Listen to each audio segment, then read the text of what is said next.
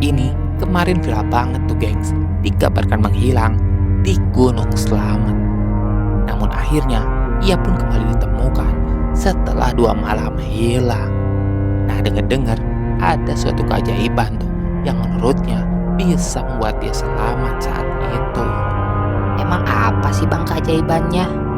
Nah, yang kepo dengan kisah ini, mari kita sikat kisahnya di sini di Horror Area. Kala itu, Naomi pun diketahui berpamitan kepada keluarganya untuk pergi keluar rumah. Nenek dari Naomi yang bernama Sri Martini pun mengungkapkan cucunya kala itu tak mengatakan akan mendaki gunung. Ia hanya berpamitan untuk main seperti biasa. Kala itu, Naomi pun ikut open trip di acara TikTok.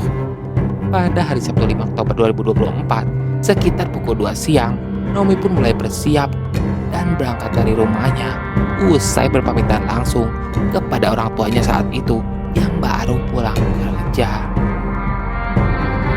Diketahui, Naomi pun melakukan pendakian Gunung Slamet tersebut bersama rombongan yang berjumlah 40 orang.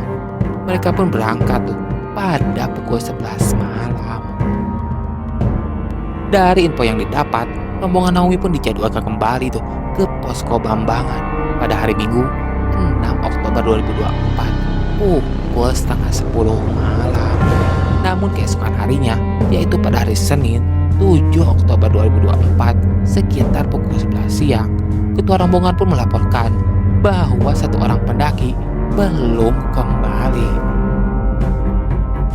Nah, ini kronologi hilangnya Naomi tuh menurut dirinya sendiri ya gengs. Begini ceritanya, Naomi Daviola Setiani sempat tersesat selama 2 malam di Gunung Slamet tersebut.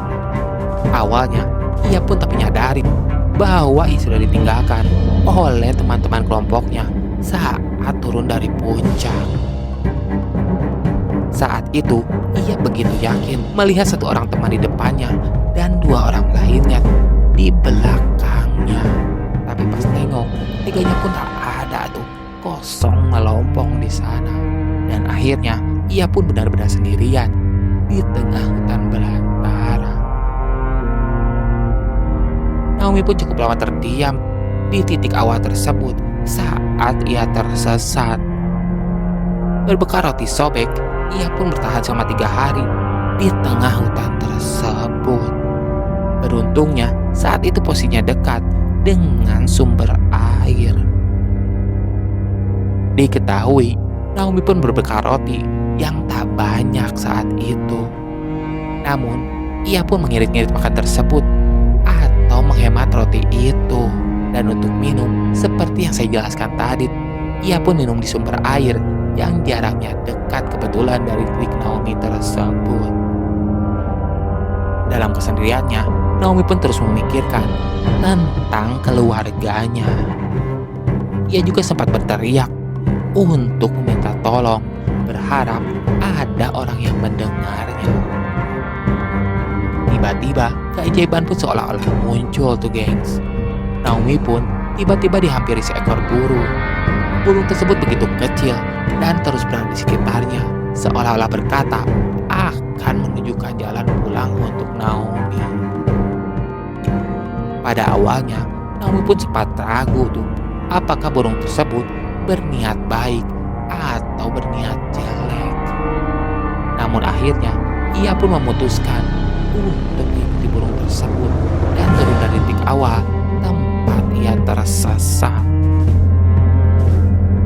Singkat cerita, ia pun ternyata berada tuh di Gunung Malang, di mana ini salah satu anak pegunungan dari Gunung Slamet tersebut. Di tempat itu, tim penyelamat pun akhirnya menemukan Naomi pada hari Selasa 8 Oktober pada pukul 10 pagi. Nah, ini momen saat Naomi ditemukan nih oleh bapak tersebut. Setelah ditemukan, mereka pun akhirnya berjalan tuh selama 3,5 jam lamanya. Nah, setelah itu akhirnya mereka pun tiba di base camp awal. Nah, di sanalah ia pun langsung disambut tuh oleh isak tangis sang ibu.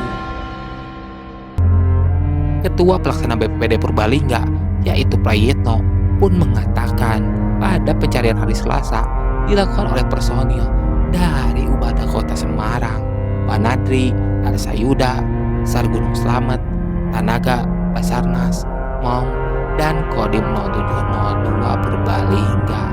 Tim gabungan tersebut melakukan penyisiran tuh di area pos 7 arah Kabupaten Pemalang.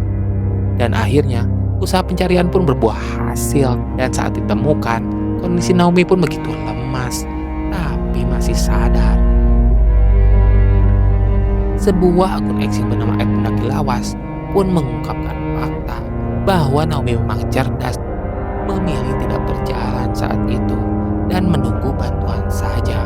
Karena jika dia berjalan, maka kemungkinan besar ia akan semakin jauh dari area jalur pendakian dan semakin sulit untuk ditemukan. Nah, mungkin kita bisa ambil pelajaran dari kisah ini ya, dimana kita harus lebih fokus lagi tuh, dan jangan lupa berdoa kalau naik gunung. Nah, gimana menurut kalian gengs? Yang mau nambahin atau komentar silahkan aja, tulis aja di kolom komentar ya.